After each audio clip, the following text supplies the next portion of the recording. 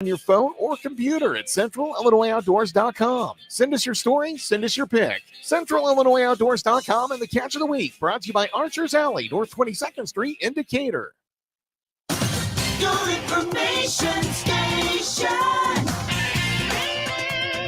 WTIM.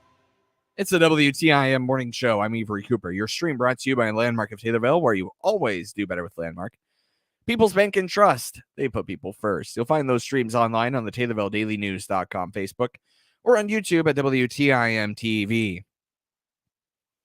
I don't know about you, but around this time of year, I find myself eating quite a bit, and keeping those calories off the waistline can be tough, and nutrition and wellness educator Lisa Peterson is here to tell us all about it, and also just some ways to stay healthy during this holiday season. Great to have you back here, Lisa.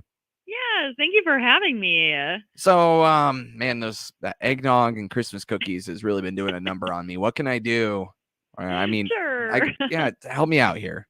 Sure. So we start talking about the holidays. Big thing we try to push is balance. And I tell people this is the worst time of year to try to start a diet or try to really make those huge changes, because a lot of times during the holidays, we try to maintain and not gain. There's a big myth you gain like 10 to 15 pounds over the holidays. And honestly, research finds it's only about 1 to 2. But the problem is we don't burn it off, or we don't lose all that weight. So then it tends to accumulate over time. Right. And so, I mean, 1 pound that you gain one holiday, if you don't lose it, can turn into multiple over multiple years. And yeah, right. So it's more using our skill power to kind of figure out how can we make lighter decisions during the holidays, so still enjoying everything we love. Because again, this time of year only comes around once a year. With some of these desserts, you only make once a year. So it's finding a way to make sure you still get to taste everything, and while you don't feel like you've been gluttonous or you have that feeling that you overate. So a lot of it is, and I say this, I think, during every time we talk about nutrition, is finding a way to make your plate half those fruits and vegetables, and that's the first thing you eat when you sit down. So if you're going through a buffet line and they have a salad, or they have like a fruit salad or things along those lines, or vegetables, eat those first, because that is when you are the most hungry, and then go for, say, the breads and the starchier foods as well as the desserts, because that way you're going to eat less of them, but you're getting a lot of nutrients from that first part of your meal. I went through the family buffet line, and they had a fruit platter. And, originally, Lisa, I had just intended to grab a few, but then they wouldn't break off. And so I ended up grabbing like half the grapes available, and they made fun of me for it. But you know what? I didn't regret my decision. That was a really good, healthy choice for me. Right. And that's one way to do it. I mean, that's at least starting out, trying to figure out, well, how can so I won't overeat on maybe the unhealthier options, is, again, eating that salad first. And then so you fill up your plate, you sit down and eat. Even a smaller plate can help, but give yourself 10 to 15 minutes. Actually, it's up to 20 minutes before you get up for a second helping. Because that's really how much time it takes for your stomach to catch up with your brain.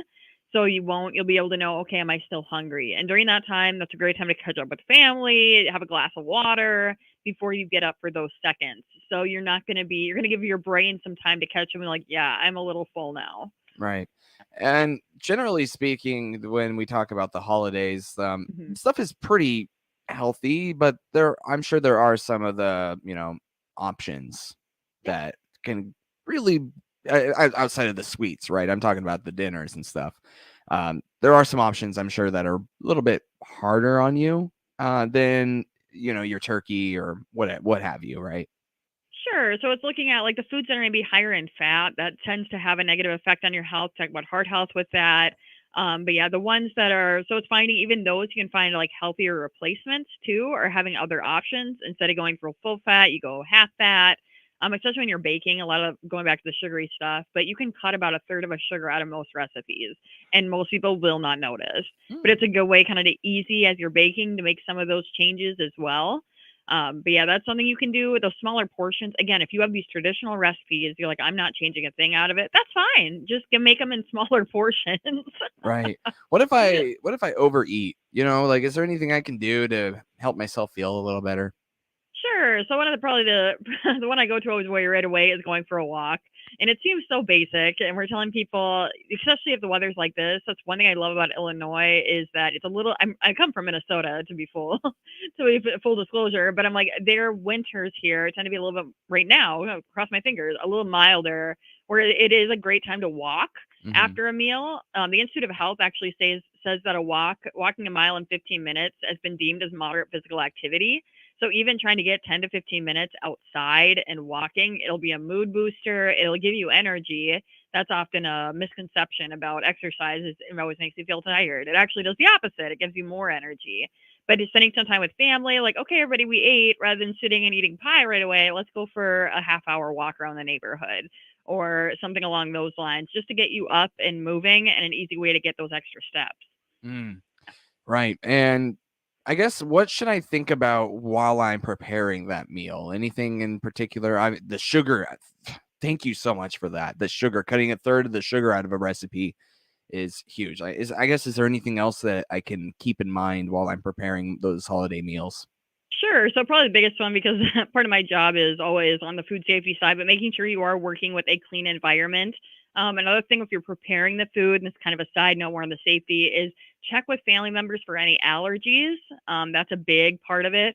Because if it's a new family member or if somebody's bringing somebody else, and making sure that you know of those allergies, so you're working in an environment that's not going to make anybody sick in that regard. For example, like my family, we have somebody with celiac disease, so we have to be very cautious that everything we prepare is prepared in a gluten-free environment. So that way she can still enjoy the meal and we don't risk somebody else getting sick. But yeah, using fat in recipes, those can always be replaced with again, we talked about sugar cutting out about a third. You can do the same thing with fat and cut it down by about a third. Another thing that's a little trick that some people have been doing is switching out like half a cup of butter with unsweetened applesauce or mashed bananas or prune purees. And you can actually do a full substitution with that. The only thing I would suggest is with banana, you really won't want to do that with like a sugar cookie, because Right. you're going to taste the banana. Now, bananas typically work best for things like that are chocolate, because the chocolate's going to mask it more. But yeah, that's one. I know unsweetened applesauce, I've done it with sugar cookies before, and people still are like, there's not like a hint of an apple in it. Yeah, and that, you know what? I wouldn't mind that. I'm trying to picture, No. or maybe not visual. Anyway, I'm trying to imagine a banana sugar cookie. Yeah, it was all right. It wasn't Yeah. a favorite, but it was kind of fun because I did it and didn't tell anybody. So as they're eating it, they're like, "This thing kind of tastes like something." Well, it's something familiar but different. Yeah, that's a fun way to do it, and see if we can start a conversation about what's in the cookies. Man, Yeah. that's got to be a fun game. What's in this cookie? Exactly. You're like, let's see, what fruit is it? But yeah, so when we talk about like lowering the sugar, again, you could cut it out by about a third or so. If you do cut it out, one thing I suggest people is to up the spices, or if you're gonna do half a teaspoon of vanilla extract, maybe you add a teaspoon, because you cut out some of that sugar. So it might be a little less sweet than you're normally used to with that recipe, but you've added something else, or a spice like cinnamon, nutmeg, cardamom's another one. So adding those in there can also help deflect from the lack of sugar. Well, let's see. In the preparation part of the meal, I think it's always important to touch on the meat preparation. Just some things to remember as you get ready to throw that, whatever it might be, that that turkey, that ham, that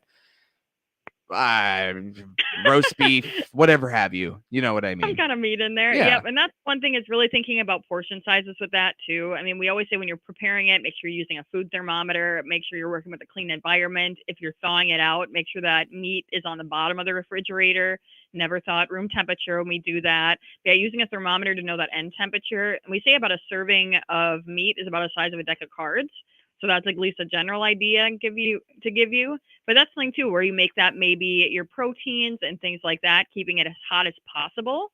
So, and I think I said this last time we talked about Thanksgiving, but setting a timer. So set a 2-hour timer, and then when that timer goes off, if everybody's been perusing the food, you put the cold stuff back in the fridge, or you check the temperature in the hot stuff and reheat it if it's still going to be out all day. So that's the other thing, is making sure you're keeping food at the correct temperatures. Yeah, I'm also trying to come up with my next question, but maybe that's what the timeout is for. It's nutrition and wellness educator Lisa Peterson with University of Illinois Extension. She's talking about a little bit of holiday tips, tricks, safety, as well as keeping yourself healthy during the holiday season in a time where sometimes it could be a little bit tough with all the sweets and extra food around. Some more from Lisa after this short time out here on WTIM, your information station. You can find the video streams online on the TaylorvilleDailyNews.com Facebook or YouTube when you search WTIM TV, and they are brought to you by People's Bank and Trust. They put people first. Landmark of Taylorville. You always do better with Landmark. WTIM Morning Show right here on WTIM, your information station online, TaylorvilleDailyNews.com.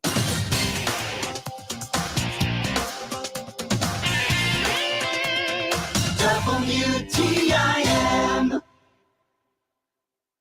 Check the markets now on the RFD Radio Network. I'm Jim Taylor. Corn steady, beans slightly higher, and wheat slightly lower. December corn down 1 3/4, 6.26. March corn 6.41 3/4, up half a penny. May corn up half a penny, 6.43 1/4. January beans 14.75 3/4, up 3 3/4. March beans up 2 3/4, 14.80. May beans 14.85 3/4, up 1 1/2. March wheat 7.46 3/4, down 2 3/4. May wheat down 3 1/2. 7.56 1/4. January bean meal down 50 cents, 458.50. January bean oil up 65 cents, 61.61. Livestock market, January feeders 182.30, up $1.40. December live cattle up 57 cents, 152.50. December lean hogs 81.65, down 72 cents. Energy market, January crude oil 73.45, up $1.44. Jim Taylor, RFD Radio Network.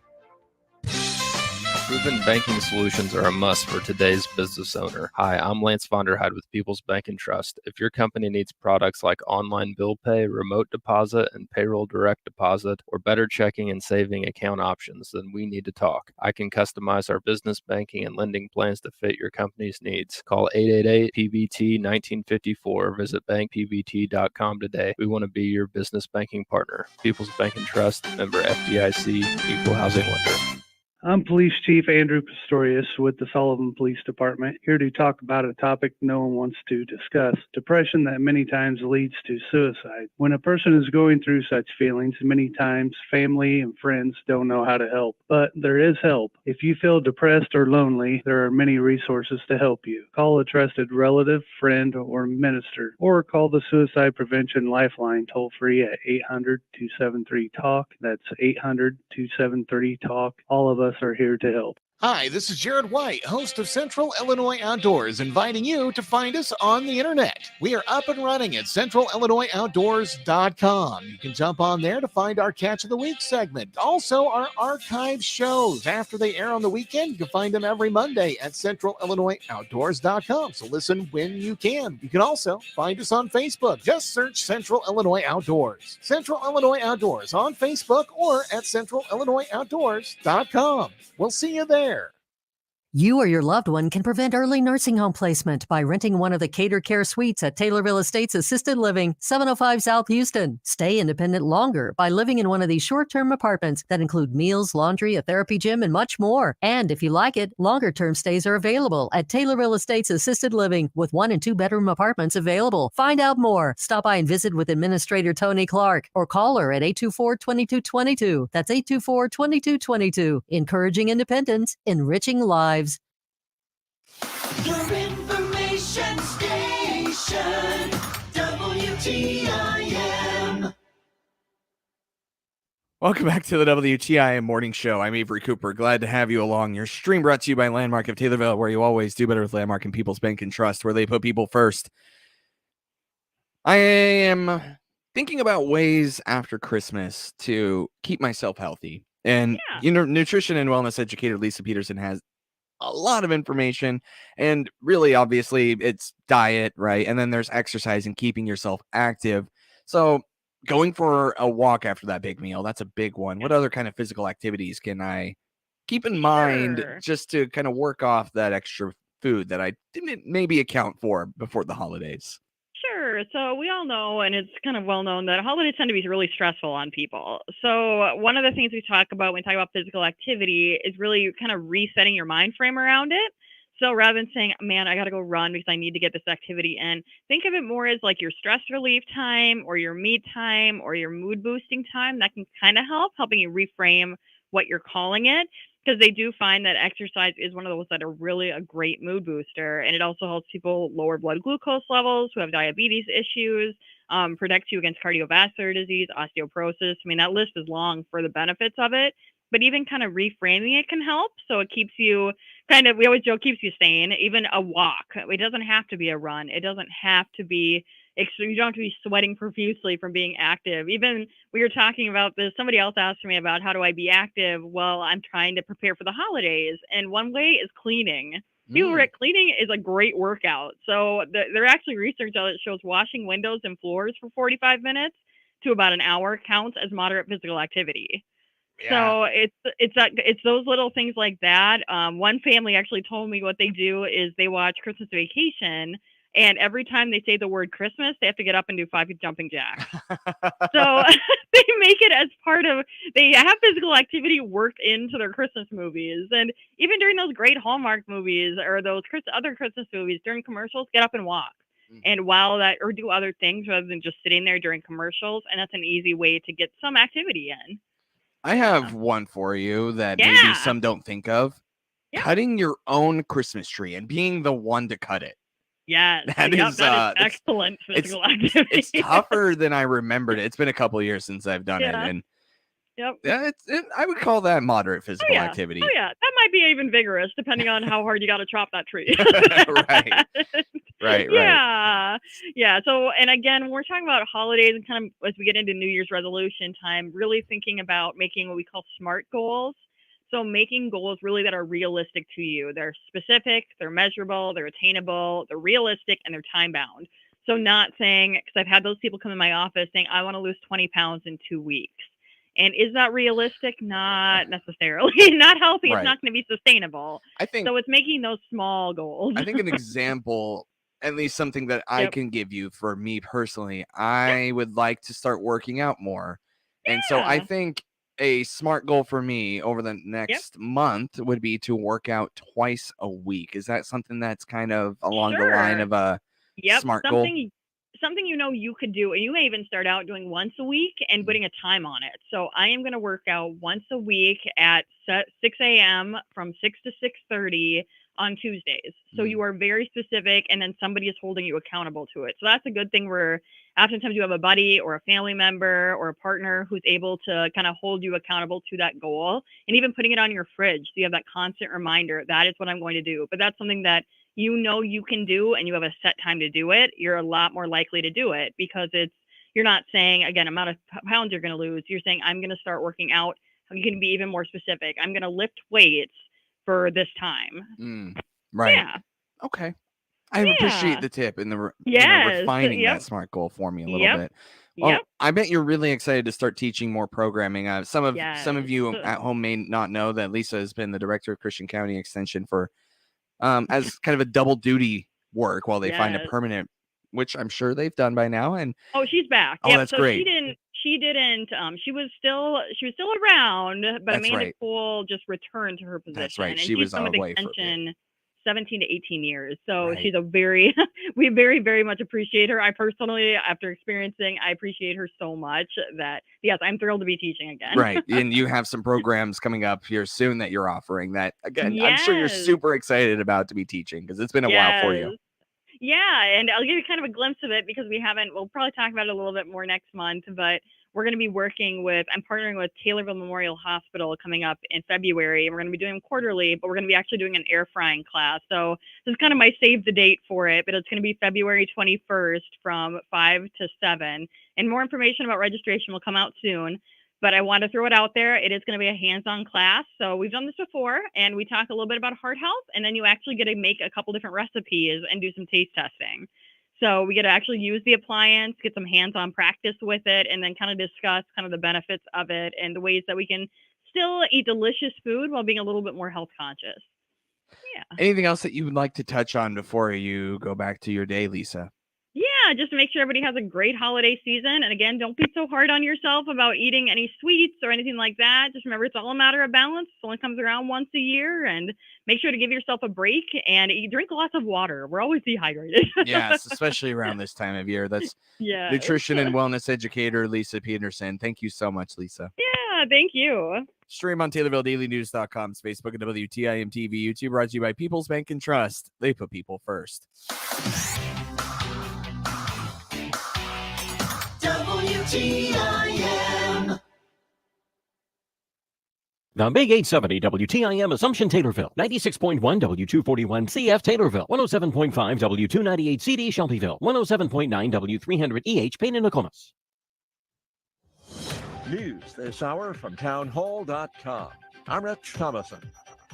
American basketball player Brittany Griner is on her way back home after being freed from Russia in a high-level prisoner swap. President Biden announced that Griner was released after being detained since February. This is a day we've worked toward for a long time. We never stopped pushing for her release. Griner was freed after the U.S. released notorious Russian arms dealer Victor Bout. However, American Paul Whelan remains jailed after nearly 4 years in Russia. Sadly, for totally illegitimate reasons, Russia is treating Paul's case differently than Brittany's. He said the U.S. has not forgotten about Whelan and will never give up in seeking his release. Greg Clugston, Washington. A source of angst for religious freedom advocates, a so-called Respect for Marriage Act, will come up for a vote today in the House. Among other things, would require the federal government to recognize the validity of same-sex and interracial marriages. Virginia's Republican chief executive wants to reimburse some of those who were slapped with fines for disobeying virus-related shutdown mandates. Governor Glenn Youngkin says Virginia will stop further enforcement or penalties for violations of COVID-19 shutdown orders. Although it won't apply to violations related to health facilities like hospitals and nursing homes, he's also asking the state legislature and agencies to reimburse some of the fines. In a statement, Youngkin says the fact that businesses are still dealing with COVID-19 related penalties is infuriating. The Republican issued an executive order this week to gather reports on the penalties. He described the actions as draconian overreach by his Democratic predecessor, Ralph Northam. I'm Jennifer King. The Biden administration is appealing a federal court ruling that paves the way for the end of the Trump-era Title 42 immigration policy later in the month. Watching Wall Street, the Dow is up 273 points, the NASDAQ 139 points higher. More on these stories at townhall.com. Charlie Dombeck here from Key City Capital. As a practicing CPA for nearly 30 years, I have found that 80% of your ability to grow your wealth is dependent upon two factors: taxes and investment performance. At Key City Capital, we improve investment performance by diversifying capital into off-market investment opportunities in passive rental real estate and alternatives like asset-backed lending. We recover dollars that clients unnecessarily pay in the form of income taxes, creating a lifetime annuity of savings. We are a sponsor of passive, affordable single and multifamily residential rental investments, which are located in Sunbelt landlord-friendly states. These investments are the top choices in a rising interest rate and inflationary environment. They represent a store of value, protecting your capital from market volatility. Learn how we at Key City Capital can help you ultimately grow your wealth rapidly. Connect with me at keycitycapital.com or give me a call at 817-912-1569. The Peruvian prosecutor's office says country's ousted left-wing president is under arrest, charged with rebellion and conspiracy. Most people have got used to this kind of political turmoil in Peru. I mean, Pedro Castillo has been the fifth president they've had in 5 years. So I would say average Peruvians are learning that the country runs no matter what happens between Congress and the government. There have been some clashes between police and Castillo supporters here in Lima. We also heard of people queuing in supermarkets in some places. But I would say it seems that most people are just trying to carry on with their lives and trying to live their lives away from the political crisis. The BBC's Guillermo Orma reporting from Lima. Iran says it's executed a prisoner who was convicted for a crime allegedly committed during the country's ongoing nationwide protests, the first such death penalty carried out by Tehran. Townhall.com. A huge online retailer is being hauled into court by Washington's top prosecutor. The D.C. The Attorney General is suing Amazon and its Amazon Logistics subsidiary, alleging the biggest online retailer withheld tips from delivery drivers. Washington Attorney General Carl Racine said the company tricked consumers into thinking they were increasing drivers' compensation when Amazon was actually diverting tips to reduce its own labor costs and increase profits. Racine is seeking penalties for misleading consumers and delivery drivers. In 2021, Amazon reached a settlement with the Federal Trade Commission, which found Amazon withheld a portion of its tips meant for its Amazon Flex drivers. The company agreed to pay $61.7 million to compensate the drivers. I'm Bill Alexander in Washington. Repairs to a couple of electric substations damaged by gunfire last weekend in Moore County, North Carolina have been completed. The lights back on. More on these stories, townhall.com. Farming is a 24-hour-a-day, 7-day-a-week job. You work from sunrise to sundown, and then some. Planting and harvest days are long. Mother Nature always throws you a curveball. That's why you need an insurance partner that understands the work, the sacrifice you put into your farm. Westervelt Mutual Insurance Company has worked for local farmers just like you for nearly 150 years, ensuring what's important to you. Your home, outbuildings, crops, and much more. Sit down and talk to your local Westervelt Mutual agent. Find them online at westerveltmutual.com. This is staff meteorologist Paul Trombley with your regional radio forecast. Cloudy skies expected this afternoon with a slight chance for scattered showers. Highs around 45, east winds 8 to 15 miles per hour. Scattered rain showers likely tonight. Lows level off around 43, overcast. Scattered rain showers likely tomorrow. High of 49. Get weather anytime by calling 824-6101 or online at TaylorvilleDailyNews.com. Right now, 42. Global grain outlook, new production technology, new style risk management, direct-to-consumer ranchers, policy challenges, climate-smart farming. We had conversations on all of those issues yesterday, and we're going to share a couple of those conversations with you today. Live from the glorious return of our beloved host via Farm Journal broadcast, this is AgriTech. This morning we begin with a conversation with Kevin McNew from FBN. Then it's Ken Barbick, head of policy and global government relations at FBN. And right after the news, Greg Henderson from Drovers. I'm handsome newsman Davis Michelson, and now the host of AgriTalk, Chip Flory. All right, Davis. Yeah, thank you. Thank you, man. Made my way over and back from the Farmer to Farmer event that FBN is wrapping up today in Omaha. Had a great day. Great day. Caught up with some friends. Made some new friends and learned a lot. Learned a lot about some of the new technology that is coming to the market in many different ways, from cattle feed yard efficiency tracking to get this. This is something that I want to get these guys on the show at some point to talk about this. But they are electrifying seed just before they plant it. Ooh. And it wakes up the seed is the claim. And they've got the trial data to at least pique my interest enough to want to learn more about what is going on with it. But yeah, I mean, running electricity through the seeds, kind of a high-tech way of doing it, of course. Wow. Yeah. But really an interesting concept that they are putting to work out there in the field. We'll get the guys on and talk about that at some point. Yeah, I can't help but wonder how many scientists, got that, that electrical it's not terrible when you're working on home wiring, right. But I would imagine you stick a kernel of corn into an outlet, you're bound to feel something, something. But as they were, I wonder what would happen if we, who was that first guy? Right. They probably have refined the technique since then, I would imagine. I would imagine, but they are, the claim here is that it's not new technology. It is borrowed technology and concepts from other areas, medical profession, for one, in using electricity in different ways to to gain the desired results. It's interesting. Mm-hmm. Yeah. Mm-hmm. Wow. Okay. Let's get Cool. to the news. What do you got this morning, bud? Well, hey, man, we've got a daily sale. I feel like we should highlight here 118,000 metric tons of beans for delivery to China during the 22-23 marketing year, and 718,000 metric tons of beans for delivery to unknown destinations during the 22-23 marketing year. That's a pretty decent bump, Chip.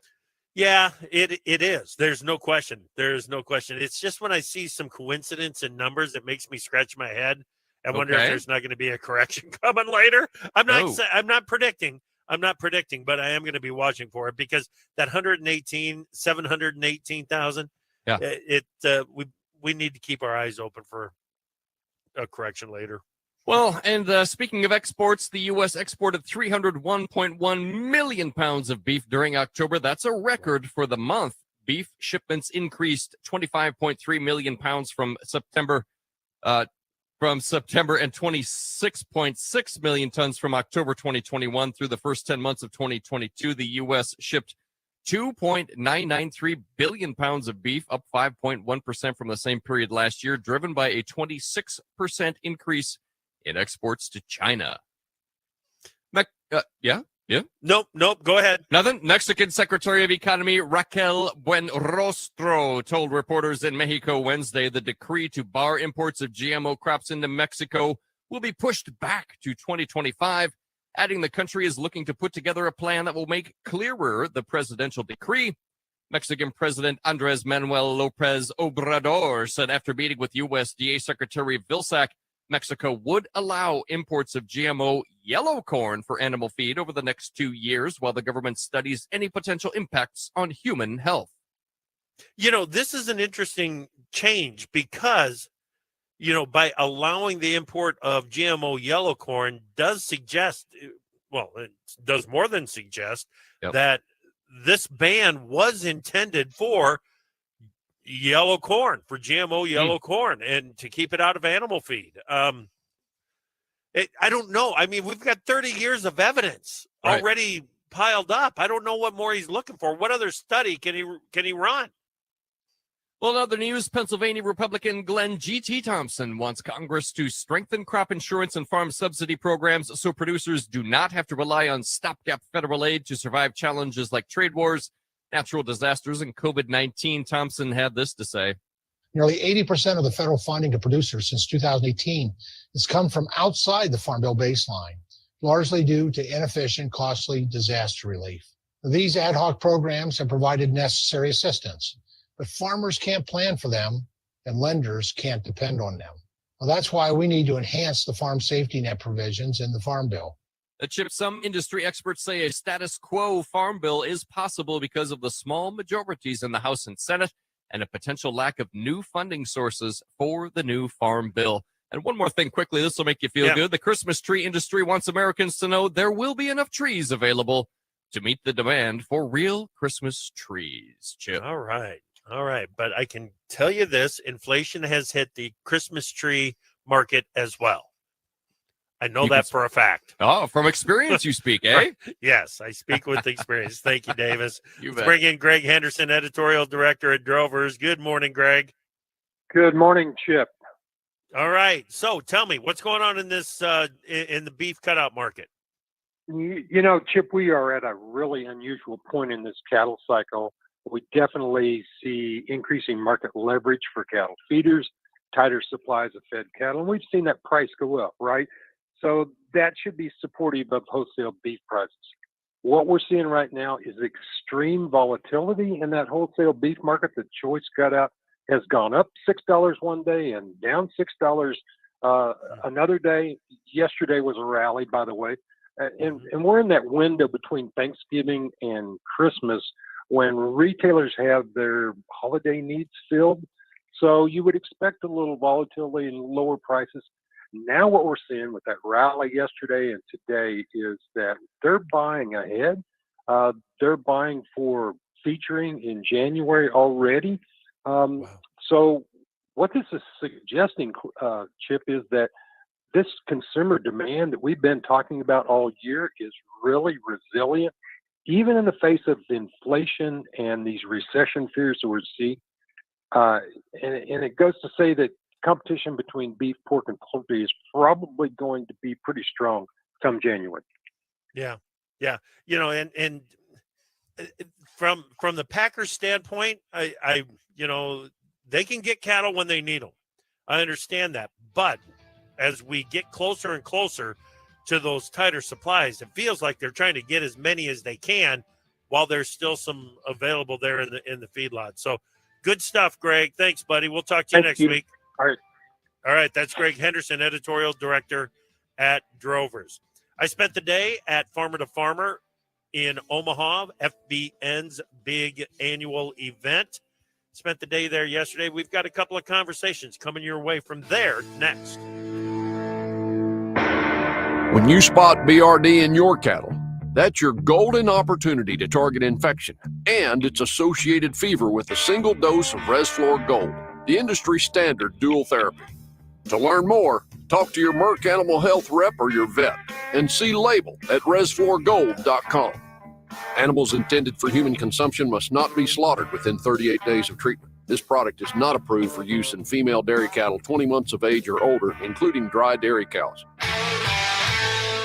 As a farmer, no decision is more important than your choice of seed. That's why FBN offers FlexPick. With FlexPick, you can lock in savings today, then wait until you have all the data from this year's harvest to choose from our growing list of proven hybrids and varieties. With an online store, real-time product availability, and farmer-controlled delivery windows, with FBN, you're always in the driver's seat. Learn more at fbn.com/yourseed. Terms and conditions apply.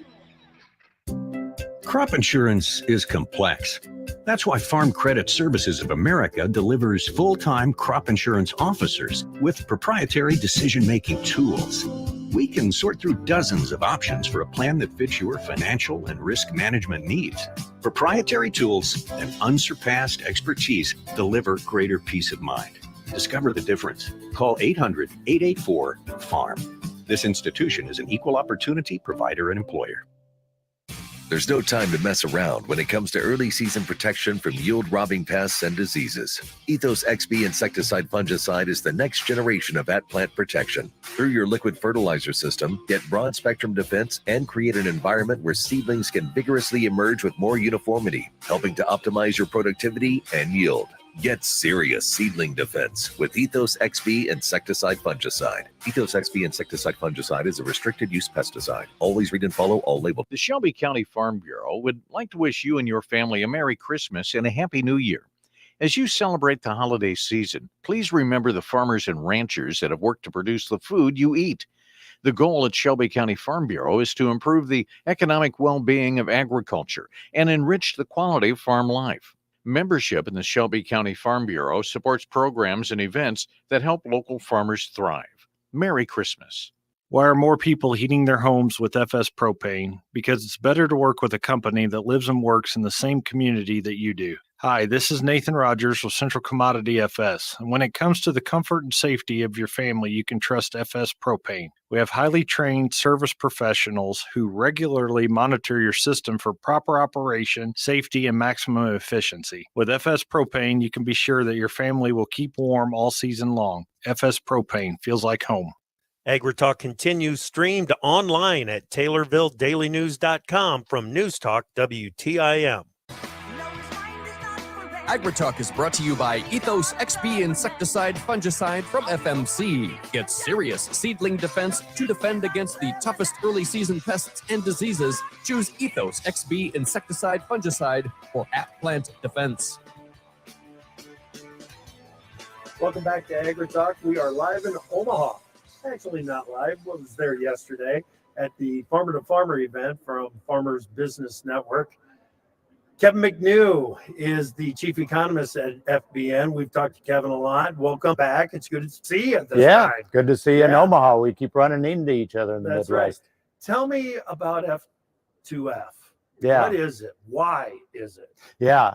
Farmer to Farmer is our big trade show for our farmers to come to Omaha and really kind of see all the things that FBN's doing to really help provide, differentiated service, markets, transparency, products that are fair and level to all farmers in the industry. And so it's a showcasing of us. It's also a showcasing of unique information and insights. Yesterday we hosted our NASA summit on climate, talking about some of the issues that we think are important to farmers. We're going to be talking about policy. We're going to be talking about sustainability. So it's not just a business centric thing. It's like, it's really kind of touch on all things that farmers are caring about. Tell me about the NASA summit. What was the primary topics discussed? Yeah, there's a wide swath of topics, but if I could hit on a few of them, I think first of all, we asked our farmers going into this, do they think weather's getting more extreme? And just like the rest of the country, farmers are split down the middle. Some think weather's getting more extreme, some thinks it's staying the same. Okay. Now, we had some really interesting meteorologists who I've known for decades come on who are very unbiased and objective and said, you know what? Certain things are getting more extreme or getting trending. One is temperature. They show us data that suggests, over time temperature is getting warmer, but is weather like thunderstorms and all these kind of things that we see, are those getting more extreme? There's no data to kind of suggest that's the case. So it's a mixed bag on kind of that. But if the world is getting warmer, then there's things that are probably going to change, like growing degree days are going to get longer or get more. Season length's going to change. All those things are going to change over time. So we talked about that. New technologies were really interesting. Green ammonia chip. Now, everyone is like the price of anhydrous, the price of urea. So we had a really interesting researcher from University of Minnesota who's doing, for the last decade, research on solar into green ammonia production. And he's excited about the potential that will have in farming, not in decades, but in the coming years. And I think that could be a disruptor. Who doesn't want to see a lot cheaper A little anhydrous? competition on the anhydrous side? Absolutely. Why not? Exactly. Why not? Yeah, good stuff. What about crop data, crop measurement that NASA is doing? Did you discuss that? Yeah, I mean, there's certainly a lot. We're all trying to get better information from satellites. NASA at the forefront of that. We had our team from NASA, our partners, talk about what they're doing in that space. A lot of it's around yield forecasting. You and I kind of understand a lot of that, but it's also things like, expansion in Brazil. We had some researchers from the University of Maryland who talked about, Brazil is lockstep, continuing to grow year after year on moving into not necessarily rainforest. We all kind of think like they're tearing down the rainforest. It's really moving into pasture, but it's growing, and there's no sign. There's no sign that it's letting up. So those are the kind of things that I think satellites are helping us with. Exactly. And with some of the new legislation or new rules and regs that the European Union is pushing through about, we're not going to be importing beef from a country that is participating in deforestation. Right. This changes markets. Yeah. Policy changes markets all the time, doesn't it? Absolutely. And so now we're going to have, issues around how sustainable is it? ESG. We had another panelist was a VP for the Midwest Poultry company, big egg laying company, and they're talking about their sustainability program. They're trying to get net neutral eggs. How are they going to do that? Through feed. And they talk about corn production is nearly all of their carbon footprint for those hens. Yeah. And so if they can solve that problem, then they can solve their carbon problem with eggs. Isn't that something? Right. Okay. Policy impacting the markets. We got the renewable volume obligations from EPA, proposed obligations from EPA last week. This bean oil market didn't like it at all, did it? No, it sure didn't, Chip. I mean, talk about a pinprick in a bubble. We've had the bean oil market really jazzed for the last year and a half, really, on the renewable diesel push. And so that announcement was certainly, causing some people to leave the building. I don't think it's a fire that's going to spread. I think, and here's why. Because really where renewable diesel gets its strength from is the California LCFS, the low carbon fuel standard. That's where all the gunpowder is in this market. And that's not anything to do with RFS. Right. So I think it was just kind of a trimmer, but it's not a real phenomenon. Yeah. Another source of gunpowder for the whole renewable diesel are refiners Mhm. and the investments that that refiners are making on their facilities to make renewable diesel and in the crush facilities to make the bean oil. After we get this big sell-off in bean oil, we get the announcement of a new crush facility going in up at Grand Forks with refiner investment. Exactly. And that's what's so cool about this, Chip. I mean, you remember the early days of ethanol. It was all corn farmers, right? Yeah. Oh, It was yeah. corn farmers that were piling into the ethanol game because big oil didn't want anything to do with it. This is a much different animal because big oil and big ag are in cahoots. Yeah. You got ADM and Marathon, you got Bunge and Chevron. They all see the future. And biodiesel or renewable diesel is completely replaceable with regular diesel. Ethanol was not. I think it's different. Yeah. It's a different animal. You know, just go down memory lane here. Mhm. I knew you before the RFS. Yeah. And I knew what you did and the data that you had. But when the RFS came around and the farmer investment in ethanol started coming around, I was looking at your cash grain information Right. every day because we were looking for the basis holes. Yep. The black holes of basis. Drop an ethanol plant right Right in the middle there. of it. Right there. Mhm. And now those black holes aren't there anymore. Nope. Same thing's going to happen on the bean market. Why are they building beans in North Dakota? Right? Exactly. Because that's where the weakest basis is. And Exactly. you can put it on rail to California. So, And we talked a little bit about climate and so on. That climate in North Dakota is pretty doggone good for growing beans. right. It's going to get better. And it's the trend. Yeah. That is the trend. So it's very interesting to see the investment in the Northwest production areas. Exactly. No question. Yeah. No question. What else? When we do the global outlook, what's the thing that when you do the Mhm. global outlook for the group here at F2F, Right. what's going to be your main focus? You know, my takeaway is what we see today, which is high grain prices, commodity prices, but also high input costs. I don't think that landscape changes in the next year and maybe even longer.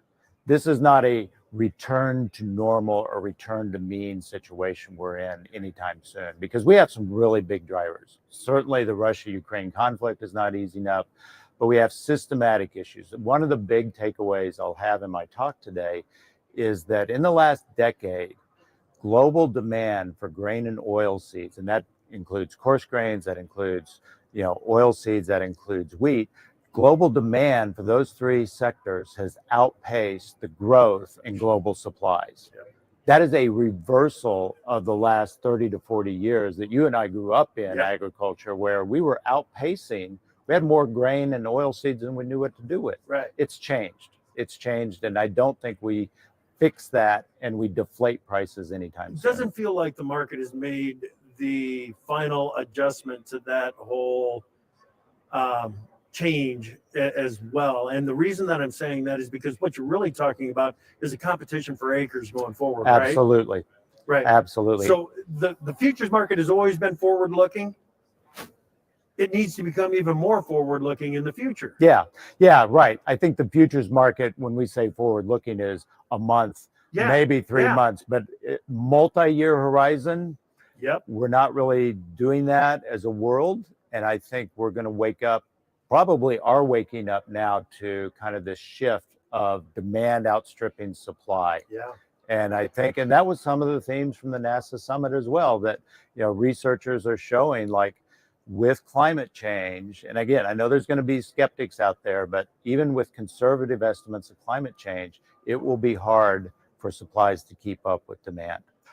What's interesting is, like, the last time we saw the big Mississippi River drought was 2012, but before that, it was 1999. That was the last time we've had a La Nina persist as long as we have this year. So I do think, I hear farmers, and I agree with them, that there's seasonal long-term cycles of weather, and we're in a long-term cycle. And I do think, like, talking to farmers here at F2F, Kansas farmers are really worried. Yeah. Nebraska farmers are really worried. They skated by in some cases, or didn't have a good year, but some farmers skated by last year, and the fall has not been kind. Right. And what does the spring bring? All right, Kevin, have fun at the show. Appreciate you making time for us.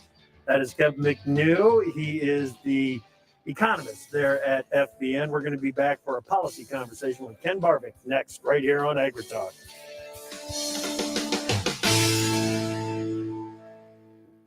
might not know it here in the cab of your tractor while planting Pioneer brand seed, but behind the scenes, scientists at strategically located R&D centers, more than 160 full-time agronomists, and over 2,200 local sales representatives are part of Pioneer's continuous innovation process that brings better yield to your fields year after year.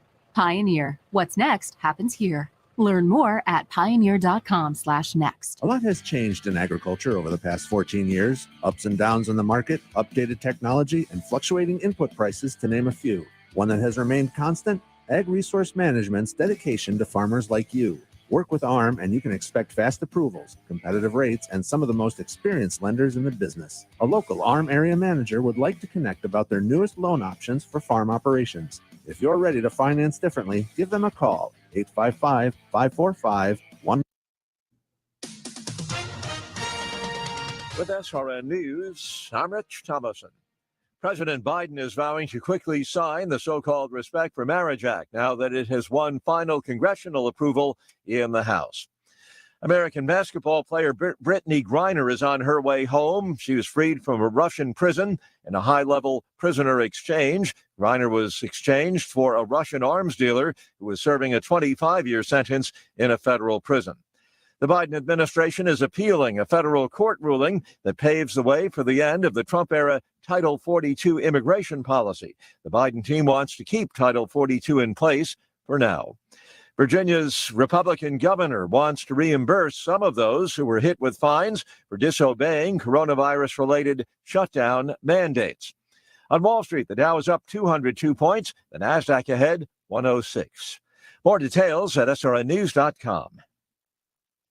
Charlie Dombeck here from Key City Capital. As a practicing CPA for nearly 30 years, I have found that 80% of your ability to grow your wealth is dependent upon two factors: taxes and investment performance. At Key City Capital, we improve investment performance by diversifying capital into off-market investment opportunities in passive rental real estate and alternatives like asset-backed lending. We recover dollars that clients unnecessarily pay in the form of income taxes, creating a lifetime annuity of savings. We are a sponsor of passive, affordable single and multifamily residential rental investments, which are located in Sunbelt landlord-friendly states. These investments are the top choices in a rising interest rate and inflationary environment. They represent a store of value, protecting your capital from market volatility. Learn how we at Key City Capital can help you ultimately grow your wealth rapidly. Connect with me at keycitycapital.com or give me a call at 817-912-1569. The corn and soybeans grown by our Christian County farmers ends up in your favorite grocery store for you and your family to enjoy.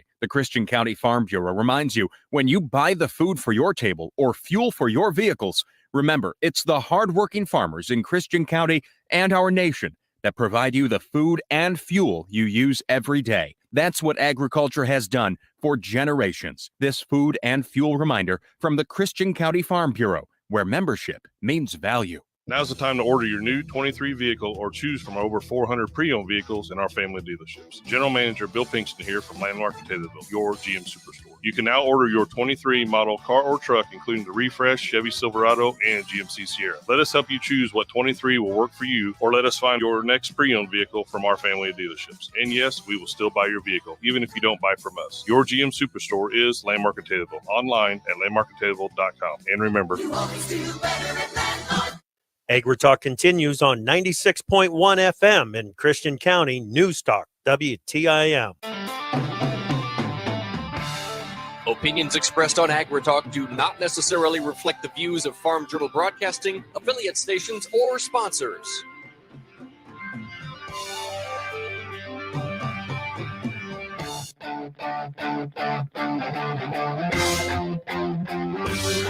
Welcome back to AgriTalk. I'm your host, Chip Flory. We're providing some coverage from Farmer Business Network Farmer to Farmer event in Omaha. Joining us now, Ken Barbick. He is the head of policy and global government relations at FBN, Farmers Business Network. Ken, welcome to AgriTalk. Great to be here today. Thanks. Okay. So I think some people might be surprised that FBN has a head of policy and global government relations. What is it that you do day to day representing FBN? Yeah, it's a great question. I've been with the company now for about a year and a half. Okay. And prior to that, I was at USDA. I was the head of congressional relations there while Sonny Perdue was secretary. FBN created this function with my hire about a year and a half ago. And the thinking was, at the time, they needed someone that was going to be able to bring all of the different matters related to policy and government together in one function and one person. We are selling a number of products that are highly regulated. So we sell a number of generic crop protection products, seed, biologics, other things. We're in the crop insurance space. So a number of different products that we are selling have a lot of government overlap with them. And then also as the network has been growing, we wanted to be thinking through also, how do we represent our farmer customer as well? And how do we think through the issues of farmer profitability? And, obviously there's a lot of organizations and voices in Washington, but how can we distinctly bring that to bear in that space? That's interesting. And with the data that FBN collects on a regular basis, with ad hoc disaster payments becoming more the norm than less ad hoc. That has to play a role in some of the efforts that you put forth in Washington, doesn't it? Yeah, I mean, you see more and more programs coming out of Washington, the Climate Smart Commodity Program, disaster programs, as you mentioned. We've got a farm bill coming up, and all of those have an impact on farmers. And, as a company, we are engaging with a lot of those programs. And so we want to make sure, again, that we're doing that with the farmer in mind, and then making sure we're positioned, effectively. Interesting. As those things are coming out. Interesting. Okay. The panel that you were part of at Farmer to Farmer, with Colin Peterson, Greg Abba, I mean, just an outstanding panel right there, talking about the farm bill and so on that's going to be tackled in 2023. Yep. It's going to be tackled. They're going to attempt to get it done. What do you think the odds are that they will get it done? Yeah, that's a great question. First of all, on the panel, I'm really excited, for both those folks to join. I've had the opportunity to work, with Colin Peterson when he was chairman of the Ag Committee, and then, Greg Ibach when he was at USDA. We were colleagues together, both just, great voices and thinkers on ag policy, have been around for a long time. So I'm really excited to have that, even that bipartisan kind of panel session up there to talk about some of these issues. In terms of the Farm Bill in 2023, the leaders are expressing optimism that they're going to get it done. Likely Chairman Thompson has been talking about his desire to get a bipartisan bill done and get it done on time. Both Senator Stabenow and Bozeman have been talking about the same thing. Right now, some of the challenges, that we see, farm bills have not been done, officially on time at the deadline, really ever. So I think you're going to have a lot of logistical challenges, with the new Congress coming in, the change in majority, change in leadership at the committee on the House side. It's going to take just some time for them to get up and running in terms of, structure of the committee. So I think while there's a lot of optimism being expressed, I think there are some structural things that they're going to have to work through, to get that done. Yeah, I think that's part of the reason that the GOP is moving as quickly as they are to establish the leadership in the House, so that they can get the leadership of the committee set and moving forward and start to get that agenda in place. I mean, GT wants to be running on January 3rd. That's right. Yeah, no question about it. And they're definitely taking action. And one other thing I would say also, you mentioned ad hoc disaster, and one of the things we'll talk about, in this panel is you've had such a large number of programs that have been spending in farm country. So we're going to take a look at that and how that's going to interact with this farm bill debate, because you've had, trade payments, you've had the COVID relief payments, you've had, you have now the Climate Smart Ag Commodity Program, you've had ad hoc disaster programs, you have the Inflation Reduction Act that's put $20 billion into conservation. So you have all of these different avenues of spending that have occurred over the last 5 years that are not farm bill spending. Right. And I think the conversation and the debate over how that is going to overlay with a, likely a flat baseline in the farm bill, there's going to be a lot of work that has to go into how do we think about the safety net and whatnot in context of these other programs. Flat baseline for the farm bill doesn't make me feel good about improving the safety net. Yeah. So we'll see what CBO does with the new projections, coming out next year. But, from what we've seen, from the May 2022 numbers, there's, the pie is going to be, roughly what it is. To think about dividing. Speaking with Senate ranking member of the Senate Ag Committee, Senator Bozeman, earlier this week, talked about some of the CCC funding or the funds that have been used for some of the programs that you listed off. It was the trade payments. It was the climate smart farming programs. He really wants to take a close look at how USDA is using CCC funds going forward. That's got to be a spot that is going to be examined very closely, isn't it? I think it will be. I think that, the programs that were done, the Trump administration were also looked at, got a lot of oversight. I think that as we look at this climate smart commodity program, FBN is on 2 of the grant awards. A lot of producers and producer groups are. I think the key factor is the key factor is going to be, are those resources going to farmers ultimately? And the secretary has made it clear that that's their intention. And I think that's going to be what folks are looking at. Are farmers getting the resources? Are they having, measurable and tangible impacts on some of these practices and outcomes? And that's going to determine the success of the program. So, all right. You mentioned that Representative Thompson is going to be a new leader of the House Ag Committee. He's got experience. He's going to be able to manhandle this process, I got to believe. But with so many new members of Congress that have zero farm bill experience, the education effort that's going to have to take place before he can even get to real negotiation is going to, it's basically overwhelming, isn't it? I mean, as you said, there's a lot of new members coming in. I mean, obviously, people look at the top line numbers of, Republicans are picking up a net of, a handful of seats to take the majority. But I read recently that something like a third of the total membership, between 25% and a third of the total membership, is overturning in the House with retirements and members defeated. So, to your point, there's going to be a lot of education in the House in particular. The Senate, there's going to be a lot of returning senators, particularly on the committee. But the House Ag Committee, there's going to be a lot of new members. So that's something that FBN, we're thinking about. How do we play in that education space? We have a lot of resources, a lot of data that we've put together. So we're doing that work now to think through how can we help some of these new staff members, new members, understand not just what the Farm Bill is, not just what some of these broad farm policy issues are, but what do farmers think about these things, and how do these policy decisions impact what's happening in their businesses? Good.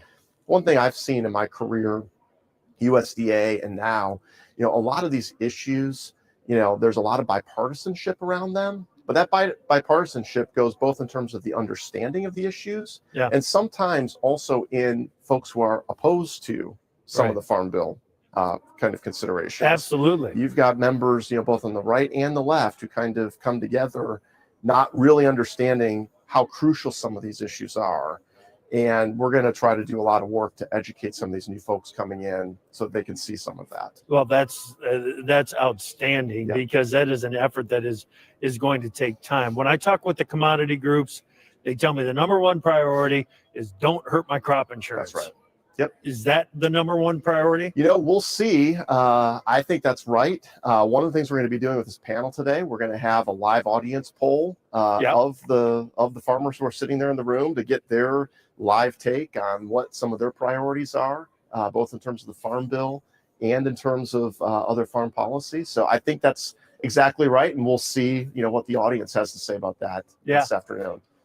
Do you think it's okay to ask for more than that? Why not get the improvement in the safety nets too?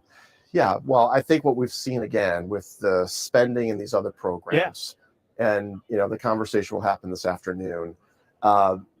We've been doing spending through these disaster programs and through the CCC. Some of the decisions and issues around the budget and how things are offset in the Farm Bill, those conversations don't have to happen in the same way. That's right. When you're looking at a disaster bill. So I think the conversation needs to happen. We've had this spending. there's clearly a need in farm country for these things. As we see geopolitical uncertainty increase, the United States has had a policy of producing more than we can consume as a country, because that enables us to have national security. We have no fear of famine in this country. Glad you said national security and not just food security. Well, I think that's exactly right. I mean, we've seen countries that don't have access to a food supply. You see what Sri Lanka did earlier this year and what that did to their government. And what's happening in the Netherlands. And I think most Americans have not necessarily, understood or been educated that, the abundance that we have in this country and the policy that has led to that is really one of the basis of our national security. And we project that power through our exports and other opportunities too. Outstanding. Ken, thank you so much for the conversation. Appreciate Great it. talking to you today. All right, that is Ken Barbic, Head of Policy and Global Government Relations at FBN. All right, when we come back on AgriTalk, Davis and I will wrap up today's coverage from Farmer to Farmer. We can keep your farm growing. Jared Beckham here, Vice President and Chief Lending Officer at First National Bank in Taylorville. When it comes to agricultural lending, your lender should be as strong as the equipment it finances. We at the First National Bank in Taylorville have over 60 years of serving agriculture. We have a relationship with our customers, providing them credit for inputs, equipment, and real estate. See us today and let First National Bank in Taylorville work for you. Member FDIC. If you haven't heard the news, federal and state governments are offering large rebates when you install a solar system for your home farm or business. Let Star Electric Service in Taylorville harness the sun with a solar system that brings your energy bill down. And with incentives, you could bring your monthly bill down as much as 60 to 100%. It all starts with a phone call to Taylor at Star Electric, 824-2009. That's 824-2009. Energy costs keep going up, so now's the time to go solar with help from Star Electric in Taylorville. Take advantage of Taylorville Estates Assisted Living's year-end special offered until December 31st. Lock in your all-inclusive apartment for a year for just $2,500 a month. Depending on the particular room you choose, that's a savings of as much as $750 a month. But this special $2,500 rate to lock in your all-inclusive apartment at Taylorville Estates Assisted Living ends December 31st. Stop by and visit with Administrator Tony Clark or call her at 217-824-2222. Taylorville Estates, encouraging independence, enriching lives. This is Blaine Cornwell with Prairie State Insurance. Life packs plenty of surprises. You never know what waits around the next corner, but you can prepare for it. Pekin Insurance has a menu of life insurance products that best fit your needs. This may be the traditional term or whole life policy, or Pekin's unique transitional life product, which incorporates benefits of both. Start protecting your future today. Call me at Prairie State Insurance, 217-824-9808, or check us out at prairiestateinS.com, and we'll go beyond the expected for you. This is AgriTalk, streamed on the WTIM mobile app from News Talk WTIM. Senior Director, U.S. Farm Animal Sustainability Lead with Elanco Animal Health. Mike, what is the cattle industry targeting when it comes to the sustainability efforts?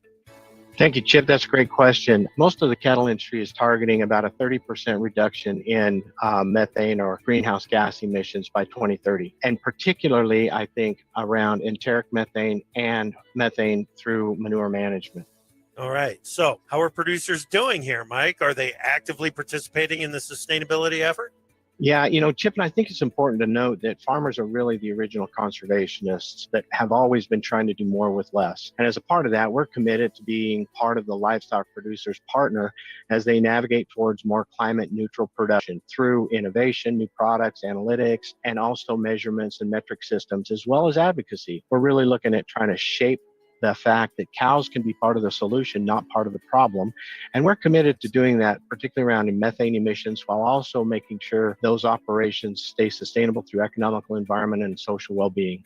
Perfect. So separate from the methane discussion, Mike, what other ways are producers able to implement sustainable practices on their farm?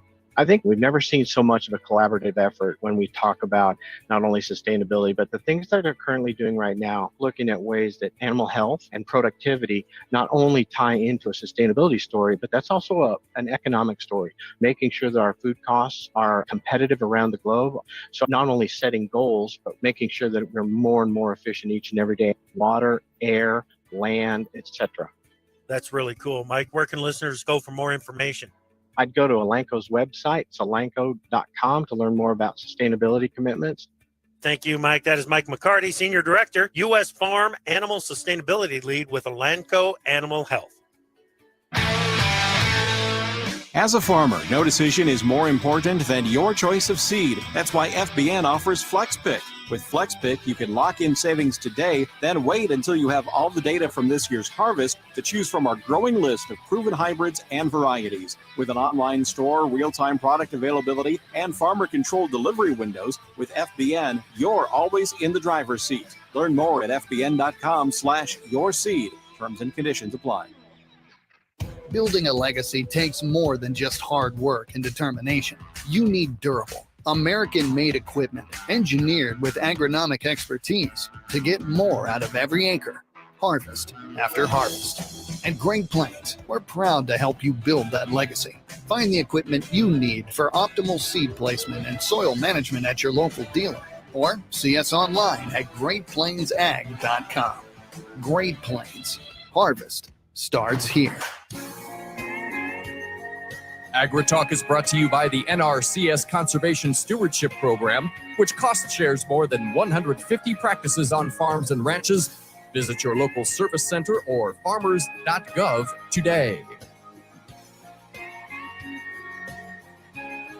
And welcome back to AgriTalk, everybody. Your pal Davis Michelson here. Chip Flory joins. Glad to have you back, buddy. You bet. Happy to be here. I want to chat it up just a little bit, but first, let's get to today's Yields in the Fields. Yields in the Fields on AgriTalk is brought to you by Micro Essentials from Mosaic, the science of more. Discover our proven products. Text YIELDS to 31313.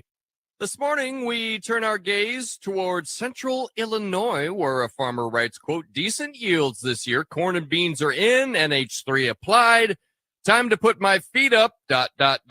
for a minute or two. Yields in the Fields brought to you by Micro Essentials from Mosaic. Chip, no such thing as a day off on the farm, but you got to put your feet up once in a while, don't you?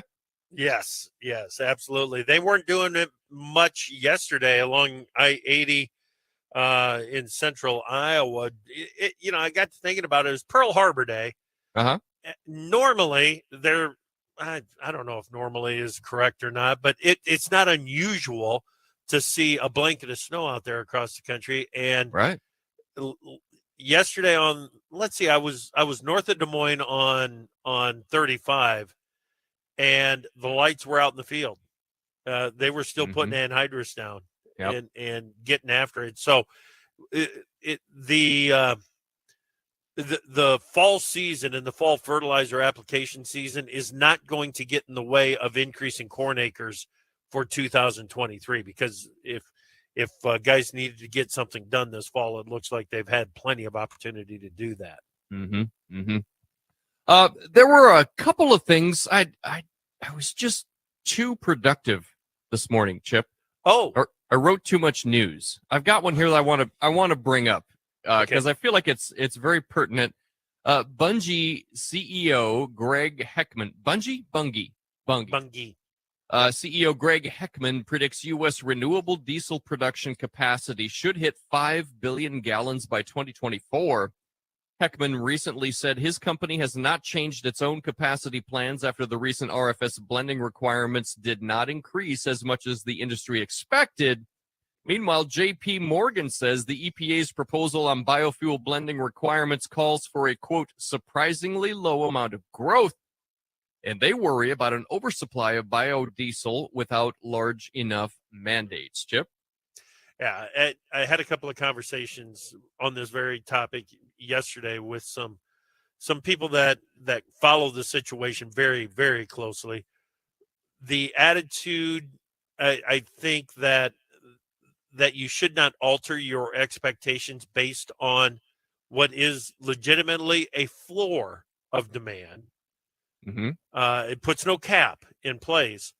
It is, as far as they can tell, it doesn't slow down the investment in the crush facilities. It does not slow down the investment in the refining capacity to generate and produce renewable diesel. I think that's playing out. The new crush facility up in Grand Forks that was announced earlier this week is Epitome Energy. It's not a traditional soybean crusher that is putting up this crush facility. It is an energy company that is doing it so that they can get the feedstock for renewable diesel. So I don't think it slows things down at all. Honestly, it's going to be there is the portion of it that will be driven by some of the state rules and regs. The California's low carbon fuel standard, for example, that will drive some of the demand, but the other demand that is anticipated from this market is those that want to participate in the ESG environment. Yep. As a farmer, you can say that climate change is bunk, and you can have that belief if that is what you want to believe. That's fine. But the consumers are committed to doing what they think they can do to make a difference. And renewable diesel is part of what they think they can do to make a difference. So as long as this trend remains in place, Davis, I don't think it slows down. Yeah, I agree. Also, from this morning's news, looks like prices of used vehicles are coming down, hit the lowest level in over a year last month, fell from record levels as interest rates rise, new cars held back by supply constraints become more widely available. Glad to see used vehicles coming down a little bit, and some new cars becoming more available. Is GP running out of gas or something? GP's running strong. He's got another 100, maybe 150,000 miles. Good. In GP. Good. I'm Love not to worried hear about that. But, not everyone is so fortunate as to have myself. a GP. Yeah, That's right. That's right. Yeah. No, you're exactly right. And the decline in the car prices, in the face of the higher interest rates, that monthly payment is still significant. Oh yeah. I mean, it's taking about a bite out of disposable incomes and the money that can then be turned around and spent at the grocery store, for example. So it is still a chunk of money that a lot of consumers are having to deal with. Absolutely. I haven't priced burros lately, but it's starting to feel like a pretty good alternative. It might be a little slow and unreliable though, Davis. You'll get there. Sure. I just don't know when and what kind of shape you'll be in when you do get there. Well, I'm a simple man, Are you going with a cart with this burro or just kind of a saddle blanket? I'll throw on the optional card if I can afford the payments. Sure, why not? I'm pricing Love it. Two-wheel drive. Two-wheel drive right there. All right. Thank you so much for listening this morning. Thanks to the people over at Farmer to Farmer and FBN for yesterday. That was an enjoyable day that I got to spend. Come back this afternoon. We've got Mac Marshall from USB.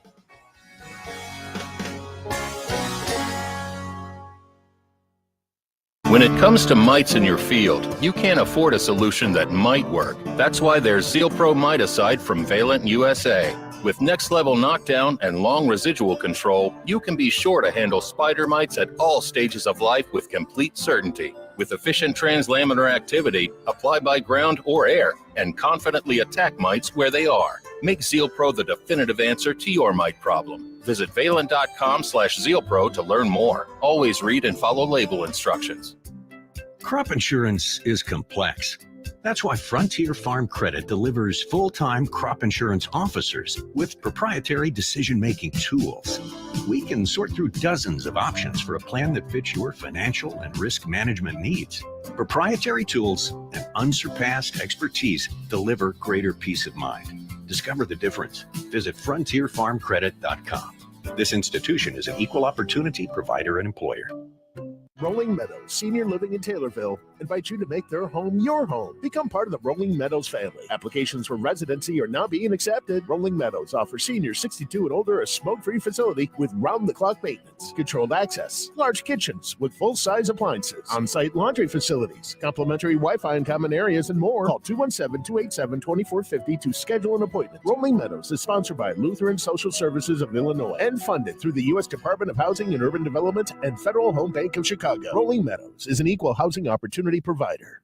Craig's Realtors continues to be the market leader in 2022 with more properties sold than anyone else. Owner Steve Craig's here, and we'd love to go to work for you. Find out how by clicking on our icon at TaylorvilleDailyNews.com. Find out about all the products and services offered by Dan Rizzo, your American Family Insurance agent in Taylorville, by clicking their icon at TaylorvilleDailyNews.com. The Big 870 WTIM Assumption Taylorville, 96.1 W241 CF Taylorville, 107.5 W298 CD Shelbyville, 107.9 W300 EH Payne and Nokomis. Breaking news this hour from townhall.com. I'm John Scott. Russia has released WNBA player Brittany Griner in a one-for-one prisoner swap with the United States. White House correspondent Greg Cluxton reports. She's safe. She's on a plane. She's on her way home. Announcing Griner's release, President Biden thanked American officials for their hard work. Griner was freed from a Russian prison in exchange for a notorious Russian arms dealer. The president said efforts continue to bring American Paul Whelan home. And while we have not yet succeeded in securing Paul's release, we are not giving up. We will never give up. Whelan has been jailed in Russia since December 2018 on espionage charges that the U.S. government has said are baseless. Greg Clugston, Washington. Also at townhall.com, Pennsylvania authorities say 2 firefighters have died responding to a blaze in a house where a body was found in the yard. 2 other people who lived in the house were able to get out safely, the West Penn Township Police calling it an active crime scene that is in Schuylkill County. The House has given final approval to protections for same-sex marriages. Ohio Congressman Jim Jordan says Democrats are inciting fear that Justice Clarence Thomas is threatening marriage rights. Democrats have conjured up this non-existent threat based on one line in Justice Thomas's concurrence in Dobbs, and they are misunderstanding or deliberately misrepresenting what Justice Thomas wrote. Justice Thomas made the same point that he has made for years. The law requires all states to recognize same-sex marriages. The vote sends the legislation to President Biden, who is expected to sign the measure into law. Stocks are higher on Wall Street. The Dow is up 215 points now, and the NASDAQ adding 116. More at townhall.com. Great news, Nick. Legacy boxes are still in stock. With Christmas just around the corner, there's still time to buy the best Christmas gift ever. Legacy Box. That's right, Adam. Order today and Legacy Box ships immediately. It'll arrive ready to wrap and place under the tree. Gather the family together this Christmas and collect all your old VHS and camcorder tapes, slides, pictures, and film reels. Then you can binge on the good old days. From fading over time to risks like fire and water damage, your memories aren't protected unless they're on a digital format. Legacy Box helps you replay those great moments from the past, from Christmas morning to your wedding day. Legacy Box is the world's largest digitizer of home movies and photos. All the work is done right here in the USA, and over 1 million customers have trusted Legacy Box. This Christmas is the time to digitize. Visit legacybox.com/lbox for exclusive holiday savings. That's legacybox.com/lbox for last-minute shopping. legacybox.com/lbox. Iran has announced the first execution of a protester convicted over the recent anti-government unrest. Mohsen Shakari was hanged this morning after being moved to solitary confinement several days ago in anticipation of his execution. The Iranian judiciary said that he'd blocked a road in Tehran and wounded a member of the Basij paramilitary with a machete. It described him as a rioter, the label the authorities have tried to put on protesters in order to discredit their movement as a form of violent anarchy fomented by hostile governments such as the US, Israel, and the UK. At least 11 other protesters have so far been sentenced to death, with several of their appeals already having been rejected. BBC correspondent Sebastian Usher. Flooding that began in June in Nigeria has become the deadliest in more than a decade. More than 600 people killed, thousands of homes destroyed, and more than 1.3 million people displaced. Breaking news at townhall.com. A new law in New York involving nursing homes. A new state law in New York requires state nursing home facilities to notify residents and guests when an infection is present, and that nursing homes have a plan in place to accommodate exposed or infected residents. This follows more than 15,000 COVID deaths in New York nursing homes during the coronavirus pandemic. Over 4,000 COVID patients in the state were placed in nursing homes with elderly residents after then Governor Cuomo said they could not be denied. Tasha Stevens reporting. And that first ever U.S. auction of leases to develop commercial-scale floating wind farms off the West Coast raised $757 million in bids for mostly European companies. The auction offered 2 adjoining lease areas in Northern California and 3 in Central California that could generate 4.5 gigawatts of energy. More of these stories at townhall.com. Congratulations, you're having a little girl. At that moment, everything changed. Our hopes and dreams for ourselves were instantly replaced by our hopes and dreams for her. We got life insurance policies from Shelter Insurance, so that regardless of what life throws at us, we'll still be able to provide the world to her. Shelter Life Insurance Company, Columbia, Missouri. See me, Harold Phillips, your Shelter Insurance agent on the east side of the Taylorville Square, or click my icon at TaylorvilleDailyNews.com. This is Staff Meteorologist Paul Trombley with your regional radio forecast. High temperatures reach up to 45 this afternoon under cloudy skies with a slight chance for scattered showers. Winds out of the east, 8 to 15 miles per hour. Scattered rain showers again tonight, lows around 43, cloudy. Scattered rain showers likely tomorrow. High temperatures reach up to 49. Get weather anytime by calling 824-6101 or online at TaylorvilleDailyNews.com. Right now, 42.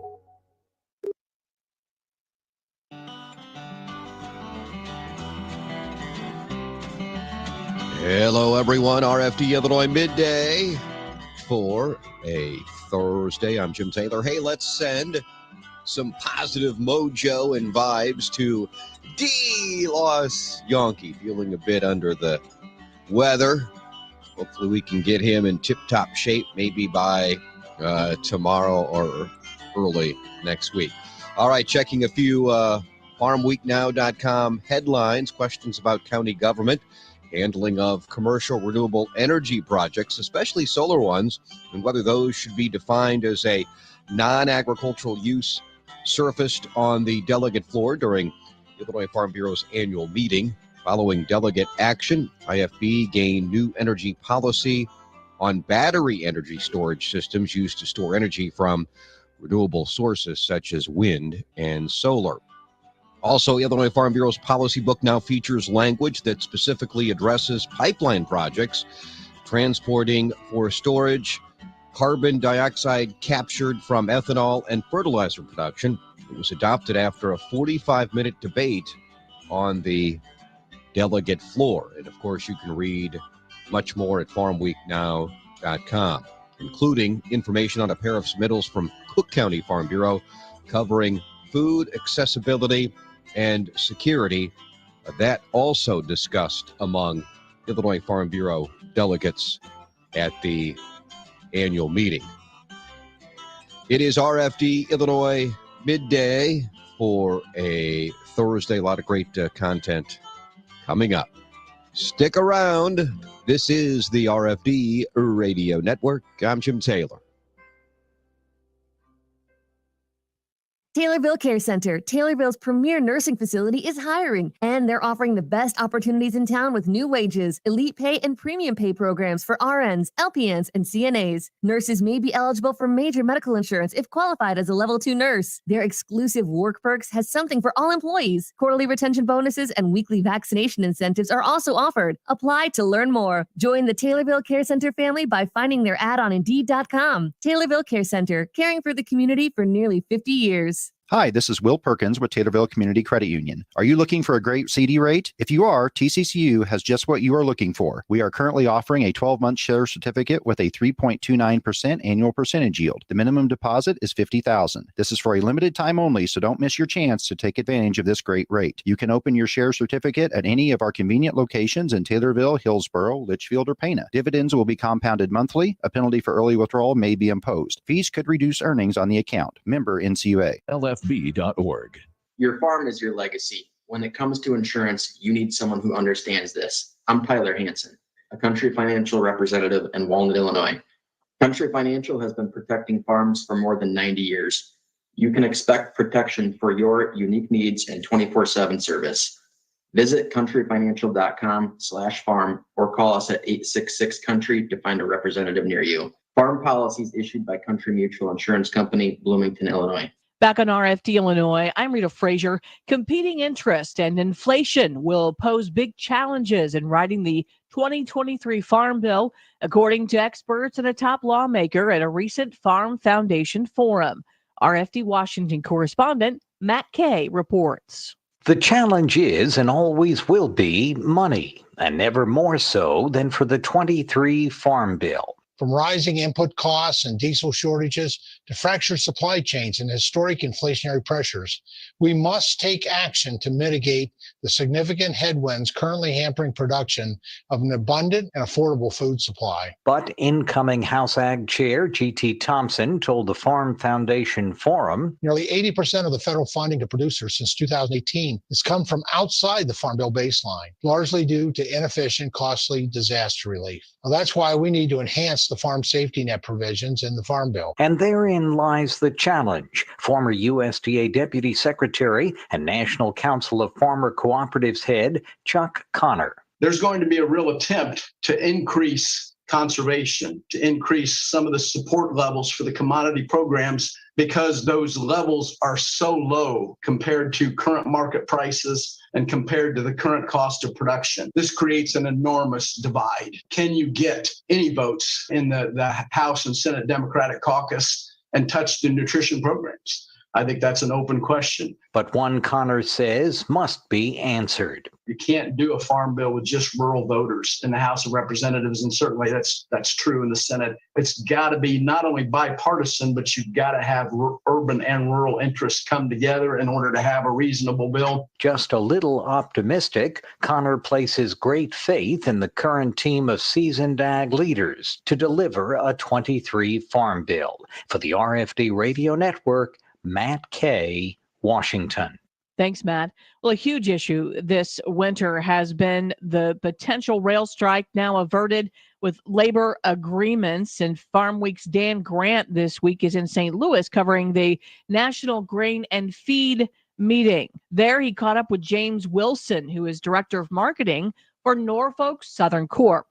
Well, another situation averted here, probably a big breath of fresh air for your industry right now with what's going on, or how would you classify? Oh, with labor? With labor, yes. Yeah, I think ultimately it's best for the overall global, for our economy, and to have resolution on it.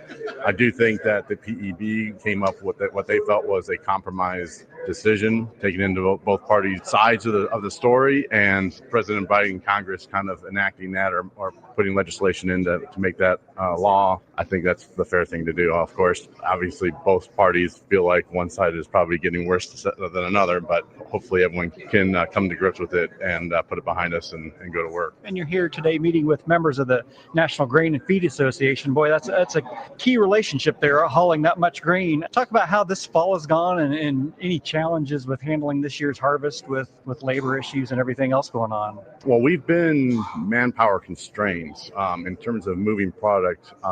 Our service had not been where we wanted it to be, and a lot of that went back to the train crews that we had available to move the product. We've aggressively gone out and hired and continue to hire and move the product, but we feel like our network is actually running pretty well right now. We feel pretty confident about how we've been performing. We chose not to really target the export season and really concentrate concentrate on our year-round customer base. But fortunately, because of where we're at with our manpower and our crew base, as well as our assets, we're able to participate in the spot market on the export. So that probably hopefully sets up well then for 2023, then moving forward, hopefully with this aggressive plan in place. Oh yeah, we're continuing to hire. We've communicated with the STB our target to get to over 7,500 train and engine employees. We're well within our means to do that. We look forward to 2023 and everything it has to offer. Hopefully, with recessionary and inflationary issues, those subside and don't impact our ability to hit our forecast. James Wilson, Norfolk Southern, as he spoke with Farm Week's Dan Grant. Look for more coverage of the National Grain and Feed meeting on farmweeknow.com. This is the RFD Radio Network. Crop insurance improvements? Yes, please. The post-application coverage endorsement, or PACE, now includes non-irrigated corn acres in new counties in Illinois. This product is available only to farmers who split apply their nitrogen. PACE protects those farmers in the event that weather prevents the spring application. Farmers already know spring-applied fertilizers are the best option, and this eliminates some of the risk associated with that decision. Visit pacecropinsurance.com to learn more. A message from the Illinois Corn Checkoff. This December, witness the dedication My great-grandfather was a farmer, and my dad was a farmer, so there's several generations. of those that care for the land we have. The Illinois nutrient loss reduction strategy has become a thing in and of itself. An exclusive documentary I've never come to the point where I've implemented a practice and I say, let's quit. sustaining our future, a farm family story, coming December 3rd to the Illinois Farm Bureau U-Channel. Your farm is your legacy. When it comes to insurance, you need someone who understands this. I'm Sherry Schramer, a Country Financial representative in Auburn. Country Financial has been protecting farms for more than 90 years. You can expect protection for your unique needs and 24/7 service. Visit countryfinancial.com/farm or call 866-COUNTRY to find a representative near you. Farm policies issued by Country Mutual Insurance Company, Bloomington, Illinois. Welcome to Profit Watch Energy, a weekly look at the news and numbers that impact your pocketbook. Here's DeLosh Yogi. Talking solar today with Ali Lushin at Harvest Solar. We saw her at the Greater Peoria Farm Show this week. She says a common question she gets is a hard one to answer, but it certainly helps start the conversation about putting solar in a farm or business. My favorite one is somebody walking up, and I understand it's a legit question. How much solar do I need? I can see you get that question. Well, how much is it going to cost me to offset my utility bill? I don't know. Do you like it hot or cold in your house? I've got a grain set up. How much solar do I need? I don't know. Do you got 10,000 bushels of storage or you got 60,000? Right. So it's a very dependent situation. The best answer I can truly give for that question is whether you have $1 million project or $100,000 project, you're looking at a payback period of under 5 years. And when you can pay for something that is warranted for 30 years and going to produce energy for 30 years and offset your utility bill, paying for it within the first 5 is a home run. That sounds good. Do you see a shift or a growth toward big box stores or places that already have a lot of space? If we want to talk about renewal, if we want to talk about savings, whether it's over the parking lot or whether it's on top of the building, you think we can get there anytime soon? Oh, yeah. I think that's going to be something that almost every business is going to have to look into moving forward. Getting on the front end of it is going to be useful for them. But it's with this push of legislation towards 100% renewable by 2050. And again, I don't make the legislation, but it's going to become a necessity of businesses and ability to do business financially moving forward. What is it about the Illinois incentive for solar, and how much longer does that last? Is there a need to get on the books anytime soon? Yeah, I mean, there's always, I would say, a push. Right now, the push would be inventory, just being able to get the project built, getting panels locked in. It's like anything else we're dealing with right now in the nation. But what we do have in Illinois is a program for the next 5 years through Illinois Shines, which pays for the renewable energy credits that the system produces up front in the first year or 5 years, depending upon the size of the project. We'll get you to a salesman, come out, sit down with you, and see what we can do. We're a very straightforward company. Solar doesn't fit all, and we will tell you if it doesn't work. Allie Lushin at Harvest Solar from this week's Greater Peoria Farm Show. AAA says the national average regular retail gasoline price is down 29 cents from last month at $3.47, 9 cents more than a year ago. Diesel still $5.15, down 16 from last month and up $1.52 from last year. Illinois regular $3.73, down 42 from last month, up 18 from last year. Diesel $5.14, down 18 from last month, but still $1.51 more expensive than a year ago. This has been Profit Watch Energy. For more RFD Profit Watch, listen to your local radio station or find the daily broadcast online on the RFD podcast page. Mortgage rates are down for a third consecutive week. The rate on the average 30-year fixed mortgage went from 6.58% last week to 6.49% this week, according to Freddie Mac. Rates have actually fallen more than a half point in the last 3 weeks, although they're still considerably higher than at the start of the year. Share of homes with a price reduction increased to 19.6% this past month. A year ago, that number was just 9.2%.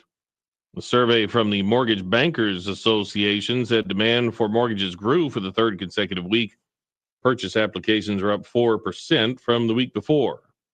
Today, the government will release an important jobs report, always closely watched. Well, according to the ADP National Employment Report announced earlier in the week, private employment was only up 127,000 jobs. The expectation was close to 200,000, and it was about half of what the October numbers were at 239,000.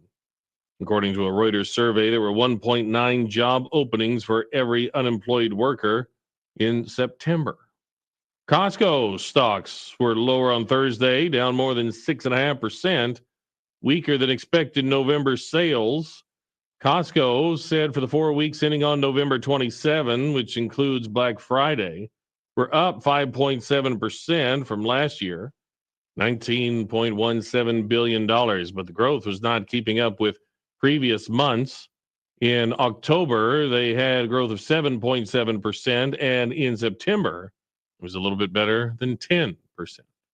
Well, are you going up today for annual meeting in Chicago? We might get quite the push from behind. Wind advisories are going to be in effect in a good portion of the state. Many chances of southerly or southwesterly winds from 20 to 30 miles an hour, although gusts are expected to be up to 50 miles an hour.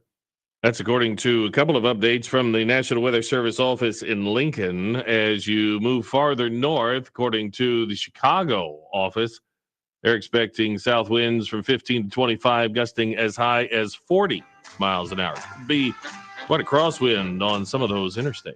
This is RFD, Illinois.